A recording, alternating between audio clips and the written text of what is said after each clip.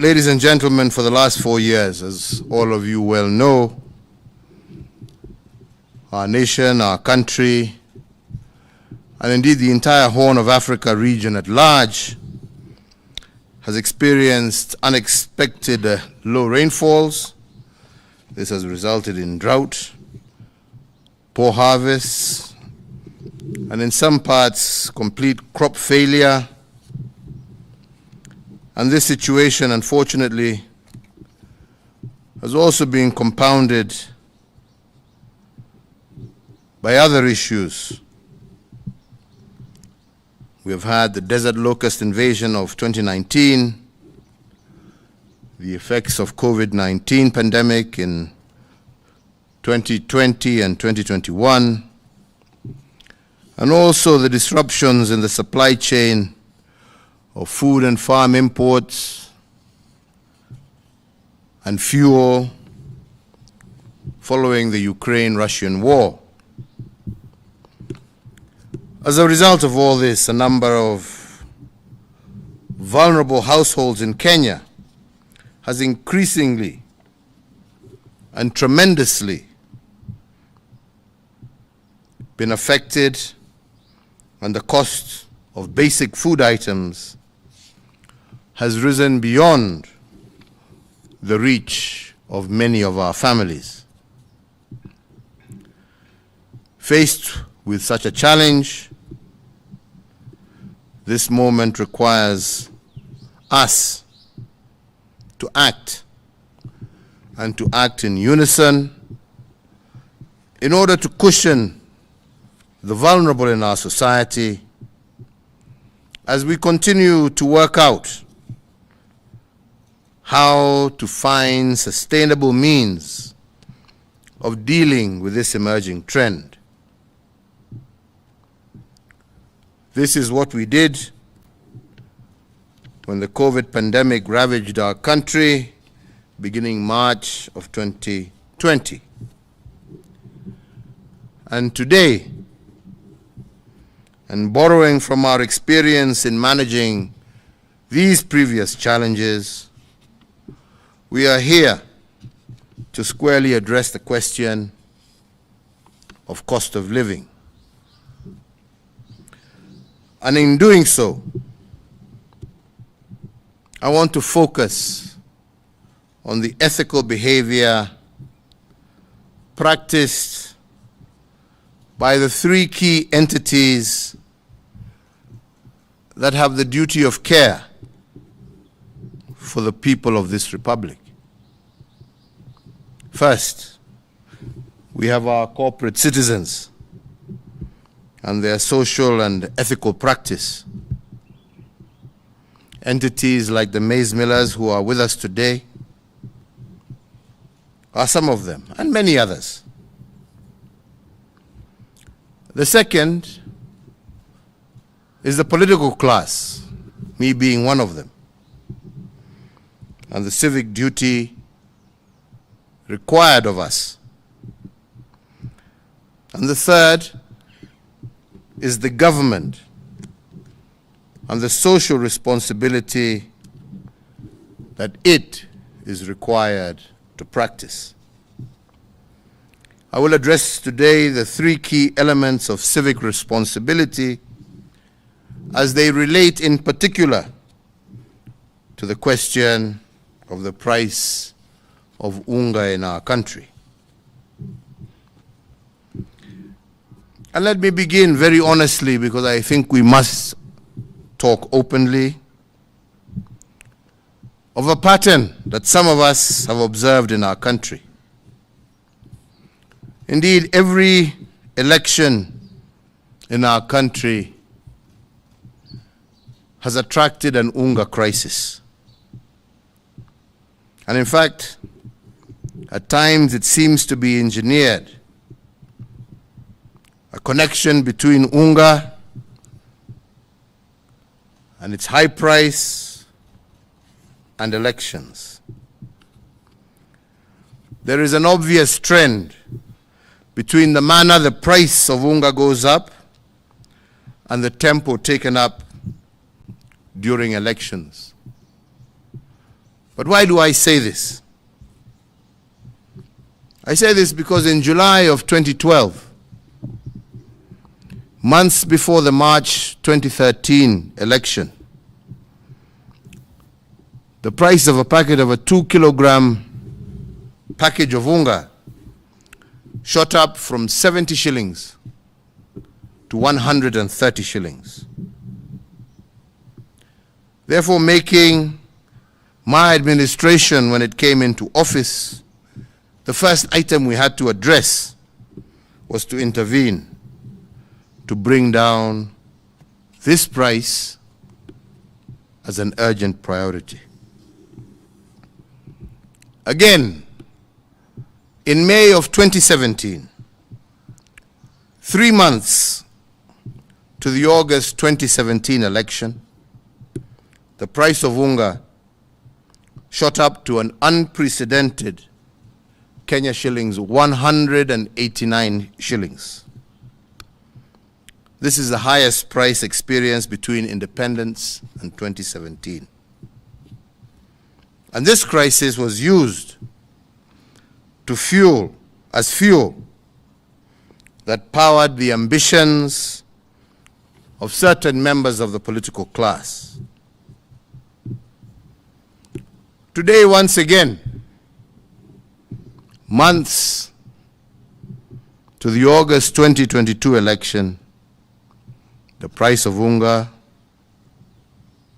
has, as per previous, shot up again. It has moved from a price of about 100 Kenya shillings to 205 Kenya shillings currently. So the national question, ladies and gentlemen, that all of us must pose from this trend is it a coincidence that we have an unga crisis just before every election? Is this the result of a market dynamic, or is it a deliberate outcome? This question, ladies and gentlemen, we have to put forward. We must ask ourselves, and we must put to bed. And in posing this question, I return to the three entities charged with duty of care for the people of this republic, with respect especially to the price of unga that we address today, and its curious relationship with every election. So today I ask our maize millers, like every single citizen of this republic, they have their rights and responsibilities as corporate citizens, and they must enjoy their market rights to make profits. But I do hope and pray that they should also exercise a corresponding social responsibility to the people of this republic who make it possible for them to do their businesses and make profits. Even whereas in this particular case, we must say that the price is also affected by drought and the other external factors that I have mentioned, we must also agree that the motivation for profit must be tempered by a reasoned level of social ethics if our businesses are to survive. And I say so because making profits and ethical corporate citizenship are not conflicting ideals. They are in fact complementary. You can make profits and exercise responsible business practices. And you can do this all at the same time. More so because if unethical practices result in instability during and after elections, the biggest loser is not the ordinary citizen. It is the corporate citizen. It is their investments that are the first to suffer. And because a government, or let me say, because a responsible government cannot legislate a culture of corporate responsibility, and neither can we police the social ethics of corporate citizens, I do request all of them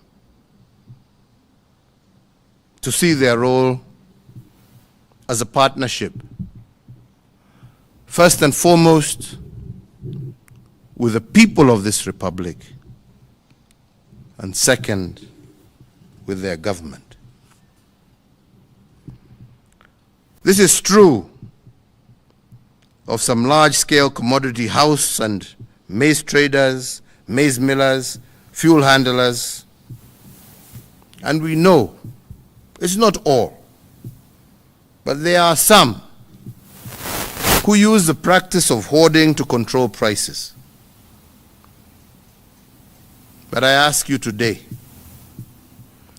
if hoarding results in increased prices to unaffordable levels and results in consequent instability, I once again reiterate that the damage is highest on corporate citizens, and this is a fact that we have seen in many countries.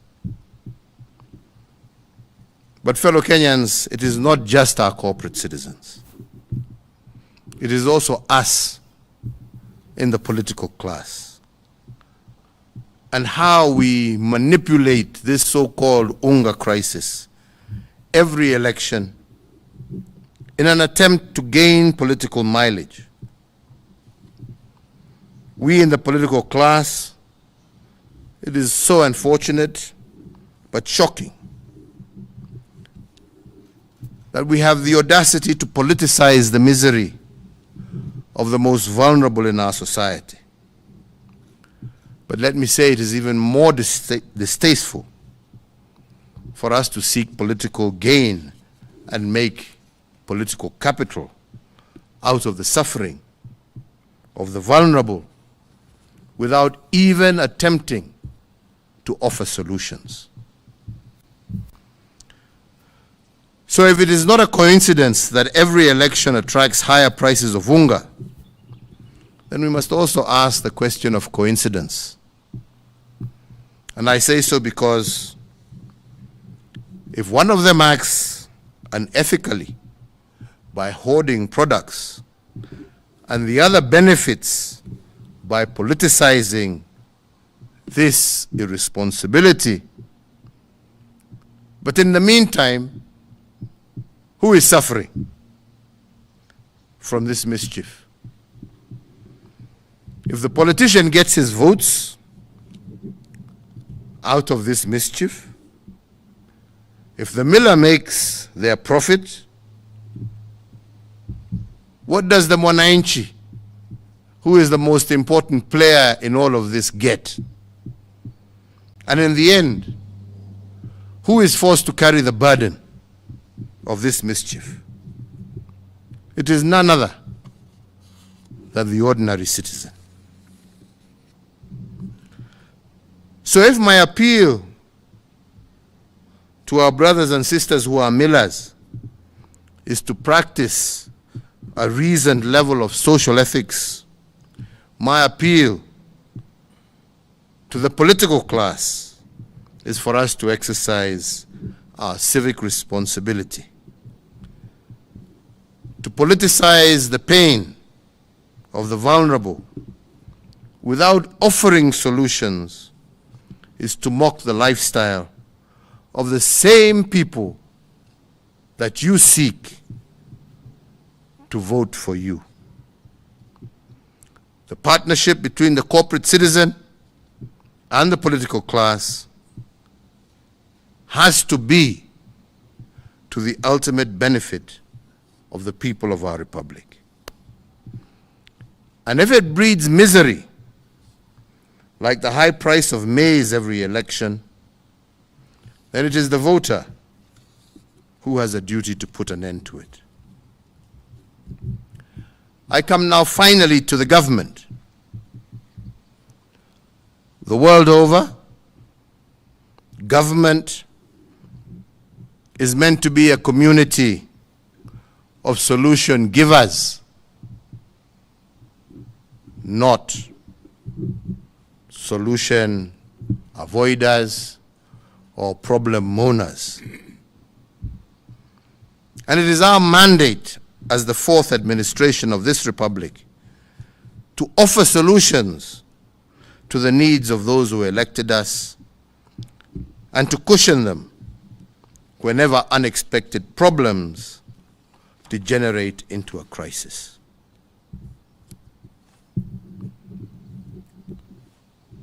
Despite the cries of some with whom we were elected together to solve problems, the record is very clear that the administration that I have led has done relentlessly, with or without elections, our duty. And why? It is because the mantra of my administration is that in the fog of a crisis, it is always our view to view the crisis not just as a danger, but to look for the opportunity that exists within that crisis. And we have cushioned our people from danger, but pointed out to them the underlying opportunity. And in this, we have a track record. In response to the economic shocks occasioned by COVID-19, for instance, my administration moved fast to implement 3 economic stimulus packages. The first 2 packages were designed to ensure that our economy endured the shocks occasioned by the lockdown measures implemented in the early stages of the COVID-19 pandemic.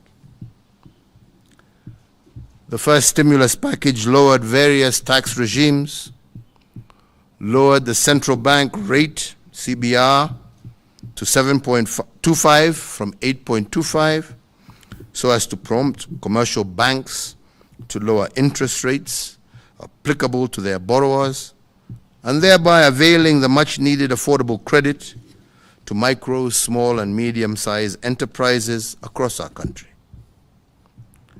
To support this, we also lowered the cash reserve ratio, and this unlocked cash amounting to some 35 billion shillings to commercial banks. And this stimulus package put an additional 176 billion back into the pockets of Kenyans. Additionally, because we tend to forget these things, we temporarily suspended the listing with credit reference bureaus of any person, micro, small, and medium enterprise, and corporate entity whose loan account had fallen overdue or was in arrears. The second stimulus package, whose tenet was the 8-point program, revitalized the productive sector by 56.6 billion Kenya shillings. One of the most celebrated initiatives of this package was the Kazi Mtaani, which was meant to cushion our young people from COVID-related unemployment. The program has so far gainfully engaged up to 1 million youths deployed in infrastructure improvements, in public hygiene, and it has created opportunities for young people to start new businesses. Having secured significant progress in the containment of COVID-19, in October of 2021, I announced the third economic stimulus package that was positioned to shift our focus from surviving COVID-19's social economic vagaries to building back better. The Kenya shilling 25 billion stimulus package was designed to accelerate the pace of our economic growth and to sustain the gains already made. The third economic stimulus package pushed the aggregate of our total stimulus to Kenya shillings 257 billion shillings. This package focused on the key productive service sectors that covered education, agriculture across all cash crops, health, energy, petroleum, drought response, infrastructure, financial inclusion, as well as environmental conservation. Ladies and gentlemen, whether we like it or not, whether we report it or not, no other country in our region or even in our continent implemented such a broad and robust economic response to COVID-19 and the need to turn tragedy into opportunities. And for those in doubt, there is testimony. The outcome of the interventions are manifest and vivid for all to see. A historic tax collection of Kenya shillings 2 trillion for the financial year 2021-2022, when everybody expected that there would be a massive downturn. The fourth stimulus package focused on subsidies. The first one is the petroleum subsidy, to offer relief to household budgets. We have, over the last year, granted and maintained a fuel subsidy amounting to over 118 billion Kenya shillings. Without this state intervention, the pump prices today would be 193.64 shillings for diesel, Kenya shillings 209.95 cents for petrol, and Kenya shillings 181.13 for kerosene. And this is in Nairobi. The price would have been much higher the further inland you went. In fact, as a result of this model, we have set the pace for other countries in the region for the provision of fuel subsidy, which they never had, but have copied from us, to see how they can cushion their own consumers from the high prices of fuel.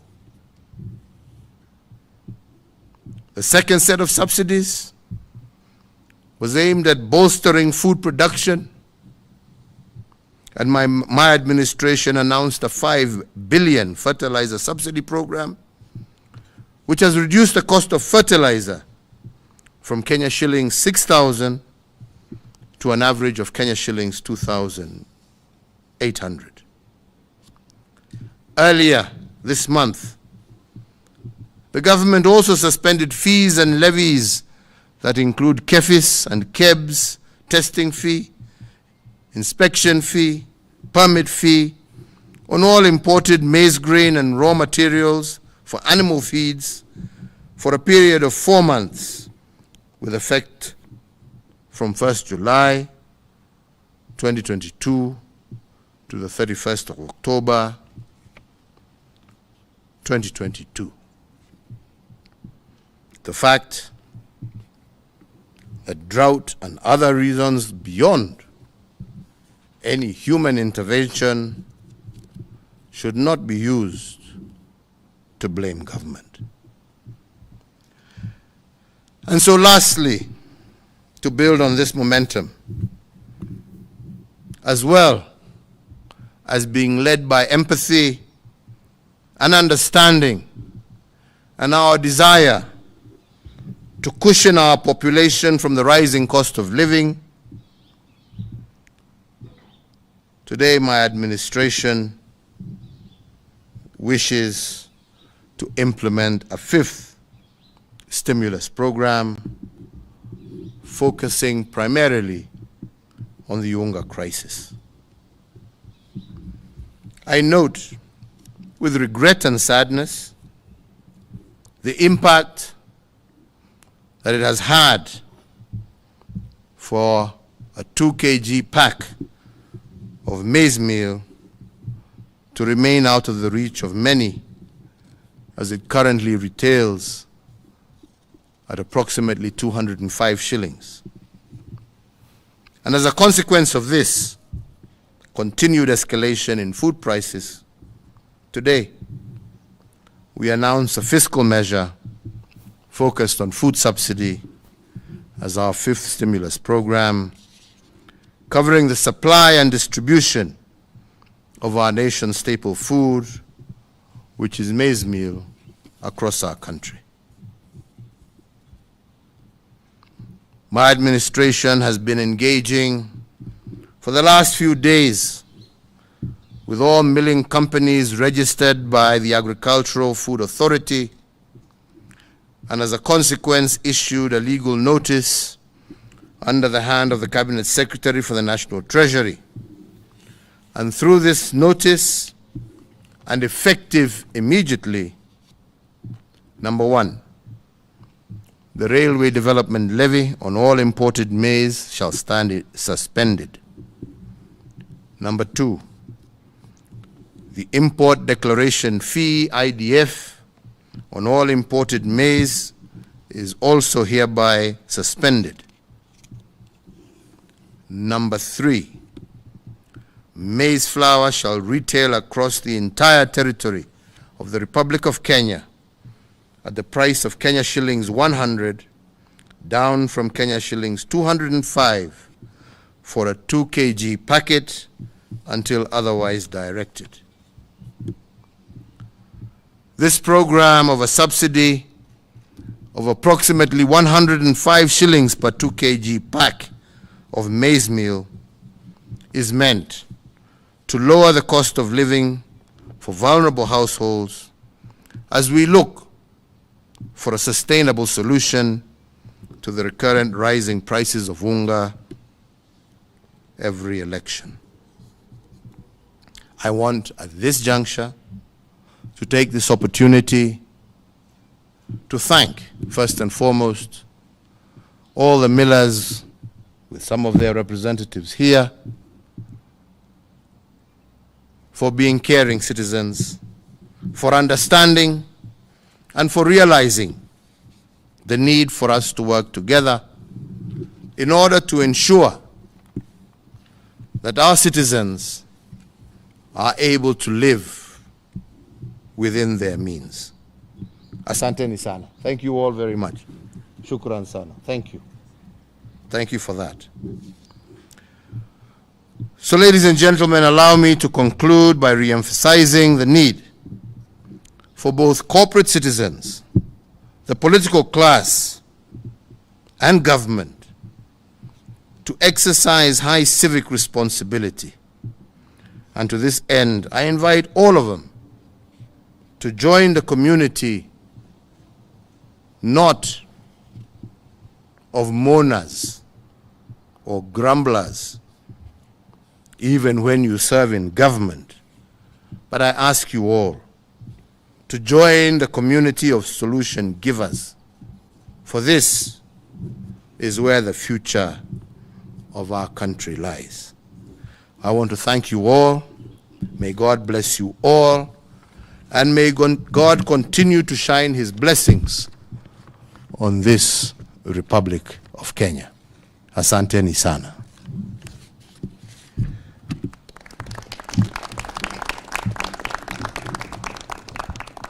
Sasa ningependa nichukue nafasi hii nimualike rafiki yetu ambaye ataongea kwa niaba ya wenzetu hawa wote, Wakenya wetu wasafi ambao wamekubaliana tuungane pamoja, tushirikiane,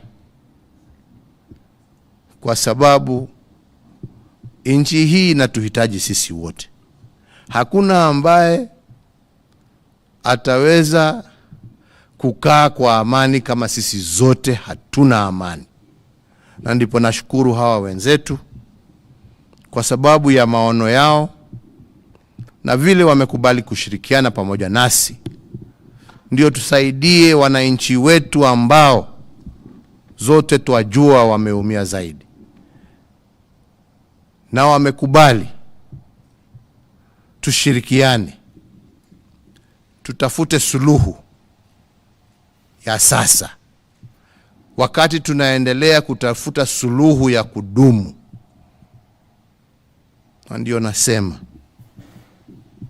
Kenya hii tukitaka kwenda mbele, njia ni mbili. Moja, umepatiwa nafasi ya kuhudumu, lakini badala ya kuhudumu, kazi yako ni kulalamika. Mimi nashukuru wenzetu kwa sababu wamesema hawatalalamika, watakaa pamoja nasi, watusaidie kutafuta suluhu, na nimewashukuru sana. Bwana Mohamed, endelea. Asante sana.